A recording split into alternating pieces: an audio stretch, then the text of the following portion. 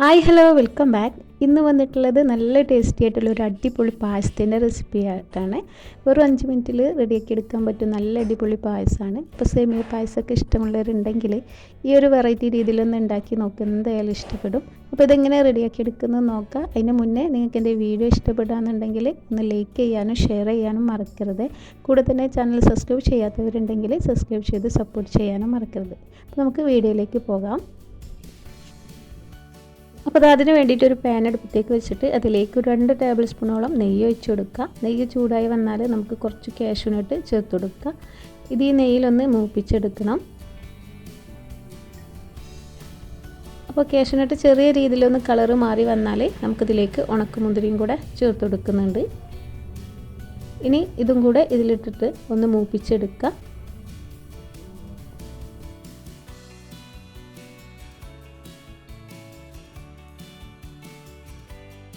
അണ്ടി മുന്തിരിയൊക്കെ ഇവിടെ മൂത്ത് വന്നിട്ടുണ്ട്. ഇനി ഇത് നമുക്ക് ഒരു പ്ലേറ്റിലേക്ക് കോരി മാറ്റി വെക്കാം. ഇനി അതേ പാനിലേക്ക് തന്നെ ആവശ്യമാണെങ്കിൽ കുറച്ച് നെയ്യും കൂടെ ഒഴിച്ച് കൊടുക്കുക. എന്നിട്ട് നമുക്ക് എടുത്ത് വെച്ചിട്ടുള്ള സേമിയ ഇതിലേക്ക് ചേർത്ത് കൊടുക്കുന്നുണ്ട്. ഞാനൊരു 3/4 കപ്പ് സേമിയാണ് ചേർത്ത് കൊടുക്കുന്നത്. ഇത് ലോ ഫ്ലെയിമിൽ വെച്ചിട്ട് നമുക്കൊന്ന് വറുത്തെടുക്കാം. ചെറിയ രീതിയിലൊന്ന് വറുവായി കിട്ടിയാൽ മാത്രം മതി.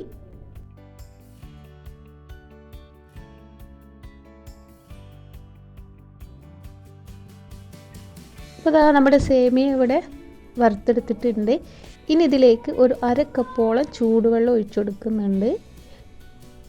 ഇനി ഇതിൻ്റെ കൂടെ ഒരു 1/2 കപ്പ് പാലും കൂടെ ഒഴിച്ചു കൊടുക്കുക. ഈ ഒരു ഇതിൽ നിന്നിട്ട് നമുക്കിതൊന്ന് സേമിയ ഒന്ന് വേവിച്ചെടുക്കണം. അപ്പോൾ ഇളക്കിയിട്ട് ലോ ഫ്ലെയിമിൽ വെച്ചിട്ട് നമുക്ക് ഈ സേമിയ വേവിച്ചെടുക്കാം.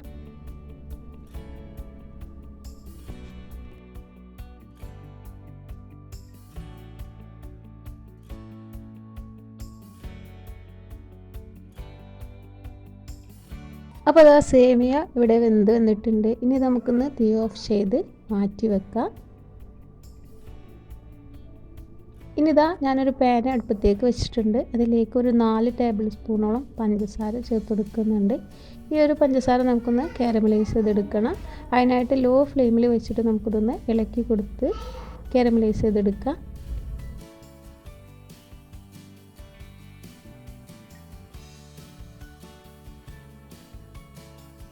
പഞ്ചസാര ഒക്കെ കാരമലായി വന്നിട്ടുണ്ട്.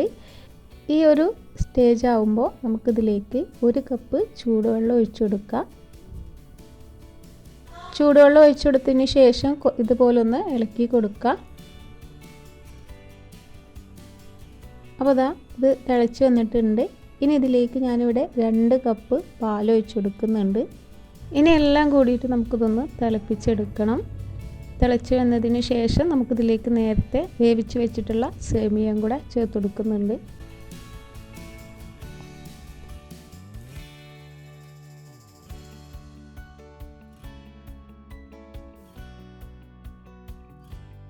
ഇനി ഇത് മീഡിയം ഫ്ലെയിമിൽ ഇട്ടിട്ട് നമുക്കിതൊന്ന് ഇളക്കിയിട്ട് ഇതുപോലെ ഒന്ന് കുറുക്കിയെടുക്കണം. ഈ പാലൊന്ന് ചെറിയ രീതിയിലൊന്ന് വറ്റി വരുന്നത് വരെ മീഡിയം ഫ്ലെയിമിൽ വെച്ചിട്ട് നമുക്കിതൊന്ന് ഇളക്കിയിട്ട് കുറുക്കിയെടുക്കാം.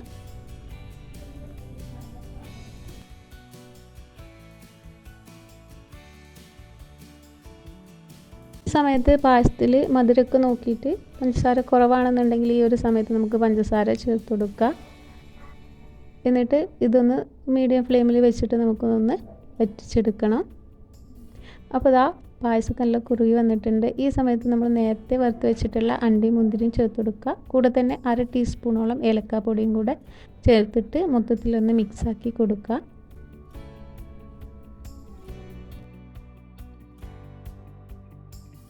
നമ്മുടെ സേമിയ കാരമൽ പായസം ഇവിടെ റെഡി ആയിട്ടുണ്ട്. നല്ല ടേസ്റ്റി ആയിട്ടുള്ള വളരെ പെട്ടെന്ന് ഉണ്ടാക്കാൻ പറ്റുന്ന ഒരു സേമിയ പായസമാണ്. അപ്പോൾ സേമിയ പായസമൊക്കെ ഇഷ്ടമുള്ളവരുണ്ടെങ്കിൽ ഒരു തവണ ഇതുപോലെ ഒന്ന് ഉണ്ടാക്കി നോക്കുക. എന്തായാലും ഇഷ്ടപ്പെടുന്ന ഒരു പായസത്തിൻ്റെ റെസിപ്പിയാണ്. നിങ്ങൾക്ക് എൻ്റെ വീഡിയോ ഇഷ്ടപ്പെട്ടാൽ ഒന്ന് ലൈക്ക് ചെയ്യാനും ഷെയർ ചെയ്യാനും മറക്കരുത്. കൂടെ തന്നെ ചാനൽ സബ്സ്ക്രൈബ് ചെയ്യാത്തവരുണ്ടെങ്കിൽ ഒന്ന് സബ്സ്ക്രൈബ് ചെയ്ത് സപ്പോർട്ട് ചെയ്യാനും മറക്കരുത്.